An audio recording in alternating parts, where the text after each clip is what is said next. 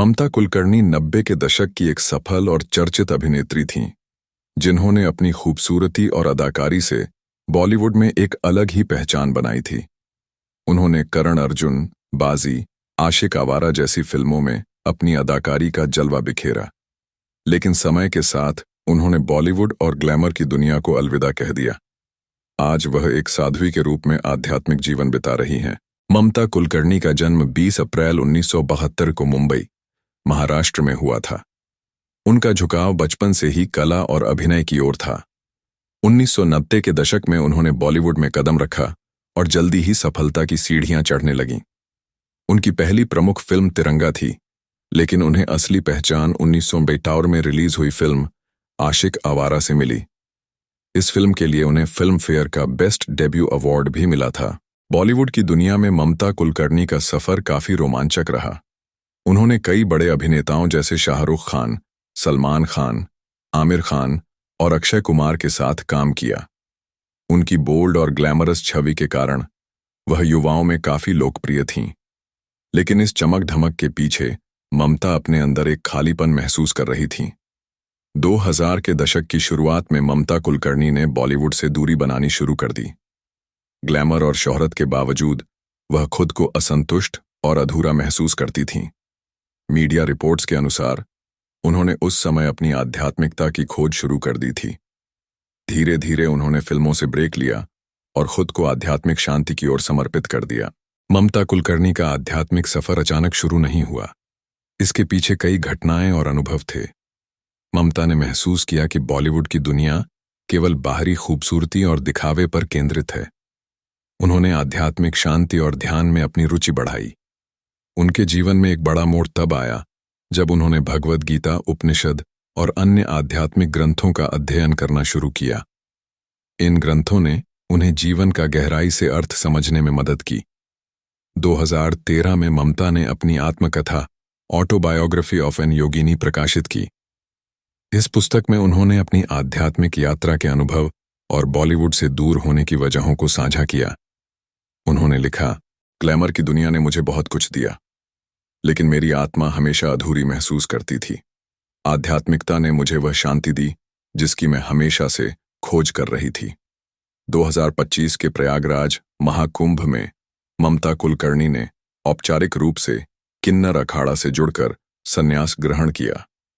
किन्नर अखाड़ा एक धार्मिक संगठन है जो समाज में किन्नर समुदाय के अधिकारों और सम्मान के लिए काम करता है।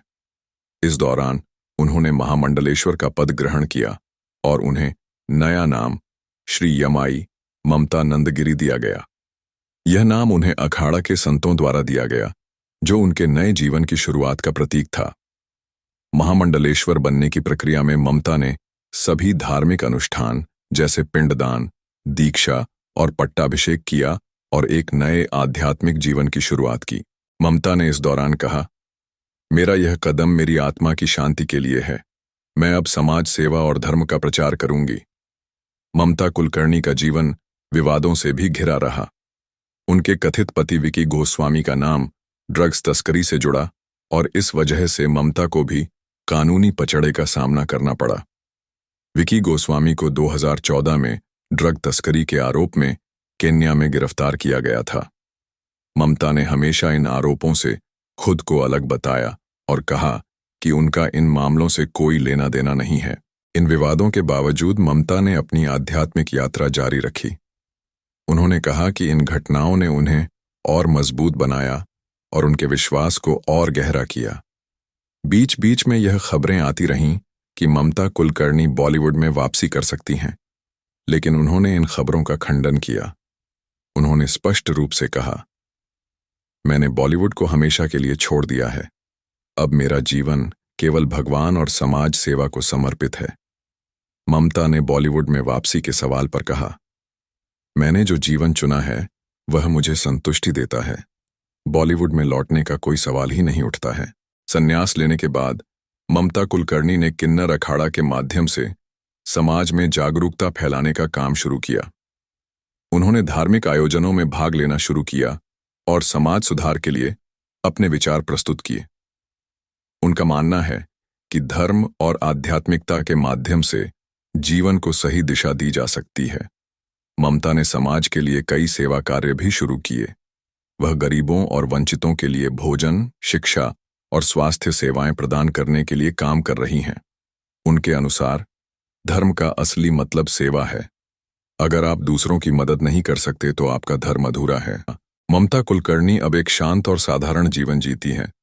उन्होंने भौतिक सुख सुविधाओं से दूरी बना ली है और ध्यान साधना व समाज सेवा में अपना समय बिता रही हैं। उनका कहना है, मैंने जो पाया है वह अनमोल है, इसे शब्दों में बयान नहीं किया जा सकता। ममता कुलकर्णी का आध्यात्मिक जीवन उनकी आंतरिक शक्ति और दृढ़ विश्वास का प्रतीक है। उन्होंने समाज को यह संदेश दिया है कि असली खुशी बाहरी दुनिया में नहीं बल्कि अपने अंदर है। ममता कुलकर्णी की कहानी एक प्रेरणा है जो यह सिखाती है कि प्रसिद्धि और शोहरत के बावजूद जीवन का असली सुख आत्मसंतोष और शांति में है। उनकी यात्रा बॉलीवुड की चकाचौंध से एक आध्यात्मिक मार्ग की ओर प्रेरणादायक है।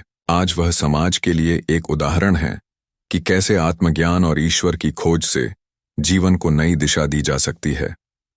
उनका यह सफर न केवल उनके व्यक्तिगत परिवर्तन का प्रतीक है, बल्कि यह दर्शाता है कि जब व्यक्ति अपने भीतर झांकता है तो उसे असली शांति और संतोष प्राप्त होता है। ममता कुलकर्णी की यह यात्रा हमें सिखाती है कि जीवन में सफलता केवल भौतिक सुख सुविधाओं से नहीं, बल्कि आंतरिक शांति और आत्मिक संतोष से मापी जाती है।